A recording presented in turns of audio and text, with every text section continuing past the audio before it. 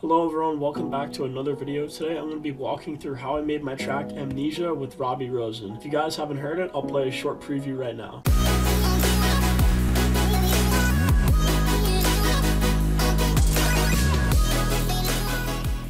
Anyways, if you guys want to check out the full song, the link is in the description. Alright, so let's start out with the intro. I'll play that right now.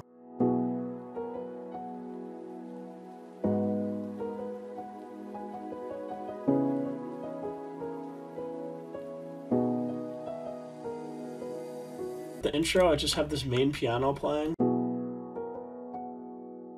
Over here, I just have a support layer for the piano melody. Just to add some atmosphere to the track, I have some guitar and vocal swells, as well as a rain sample.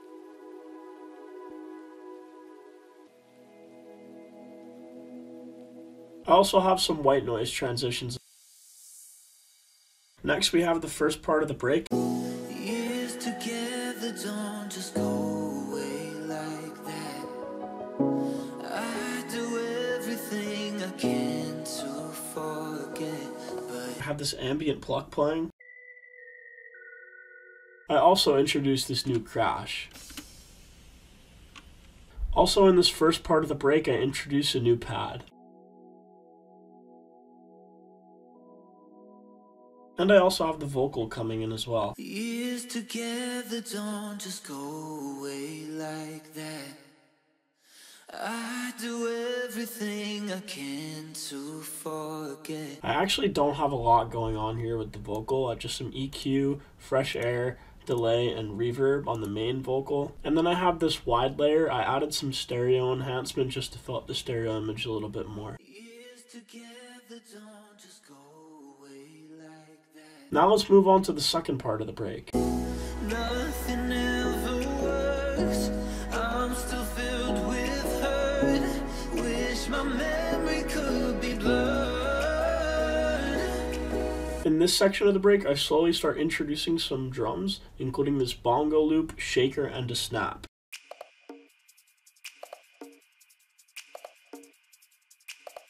I also have some strings playing. On top of that, I added another layer of pads.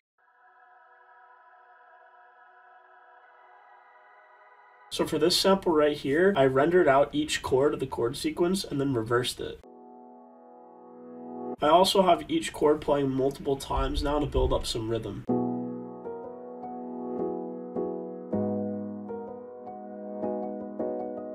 For this bass line, I used the piano and just used really low notes, and I also have that layered with a sub. I have this little Nexus synth to transition. Now let's move on to the last part of the break. If only I could erase the things we used to do. If only I could have amnesia when I think of you. So for this part, I added some really high-pitched strings. There's also some sidechain on here because I added more drums, including a kick. So now I have a kick, clap, loop, reverse clap, and a ride to go along with the percussion that was already there.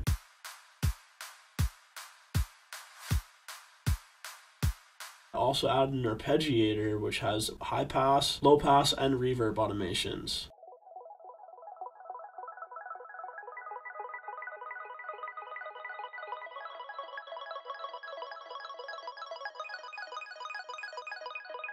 One effect I really like to use on my arpeggiators is this panning automation plugin called Fruity Panomatic. It's a stock plugin, so you can use it if you have FL Studio, but I can control the speed and the amplitude of basically a panning automation, and it's really useful. Let's now take a look at the build-up. If only I could erase the things we used to do. If only. So for the build-up, I have a new layer of vocals, but it's vocoded. I'm not going to explain what vocoding is in this video, but I do have another tutorial on that.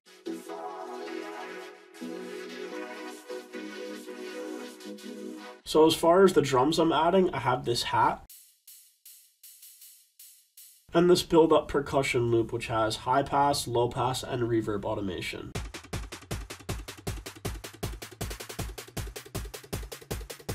I also have some synth and white noise uplifters.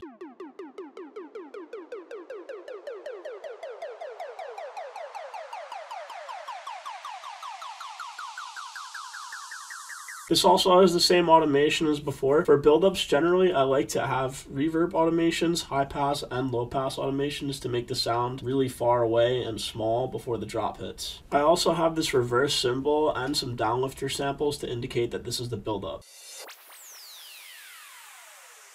To give some hints on what the drop is going to sound like, I added some layers from the main chords. The main thing going on here with the chords is the LFO tool, which is controlling the volume LFO. This automation right here is rate changes, so it's saying how fast the LFO is going to be at certain points.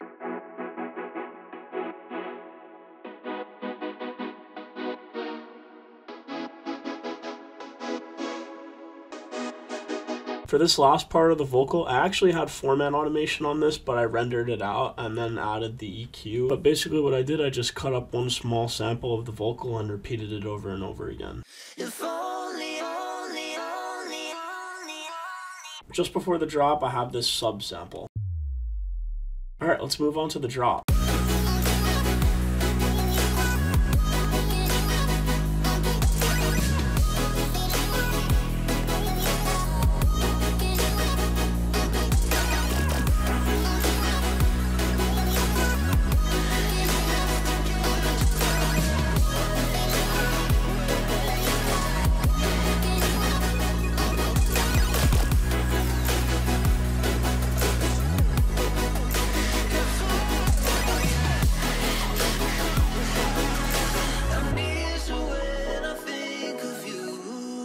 I'm not going to go too in depth with the percussion here, I'll just play what I have. It's pretty simple, it's just the kick snare, reverse snare, some rides, some hats, and then little random percussion hits just to keep the groove going.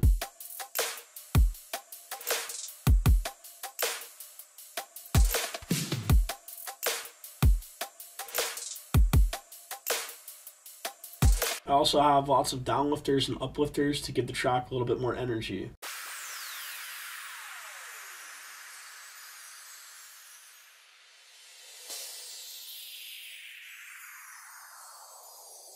So the bass for this track is really simple. It's 3 layers, a mid bass, a sub bass, and a high bass.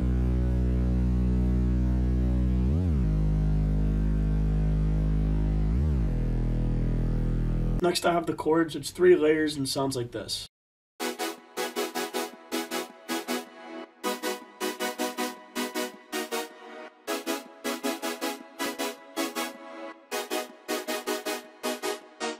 As you can hear, it has some low pass and reverb automation. I also layered that with a single layer lead.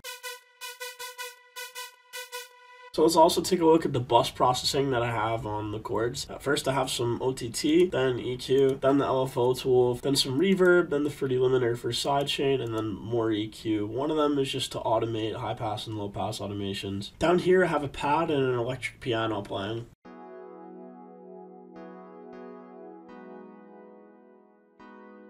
So for the melody of this drop, I just have some vocal chops that I made in Fruity Slicer.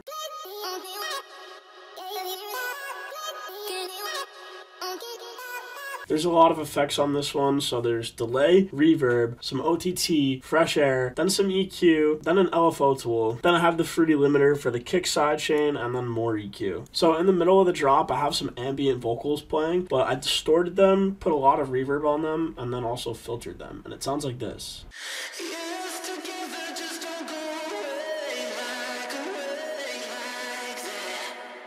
So for the distortion on this one, I used RC20. You should really check out the plugin. It's a really good distortion plugin. Just to add some ear candy, I added this glitch sample.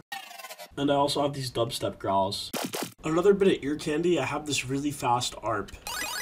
And how I made that in Serum was I used a square, saw, and a triangle, and I have envelope 2, which just has 22 milliseconds of hold and nothing else, routed to modulate the octave of oscillator A, so it sounds like a chiptune sound. I then just arpeggiated it really fast in this pattern. In the middle of the drop, I also have this mid-layer synth playing.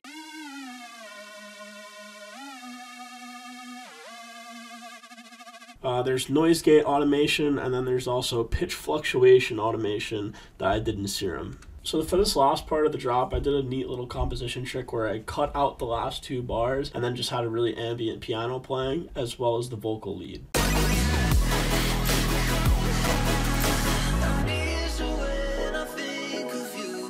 So if we move on to the second break, it's really just a rearrangement of the samples and patterns in the first break plus a second verse of vocals. And then for the second drop, the only thing I changed was the drum beat. So instead of a future bass beat, it's now a drum and bass beat.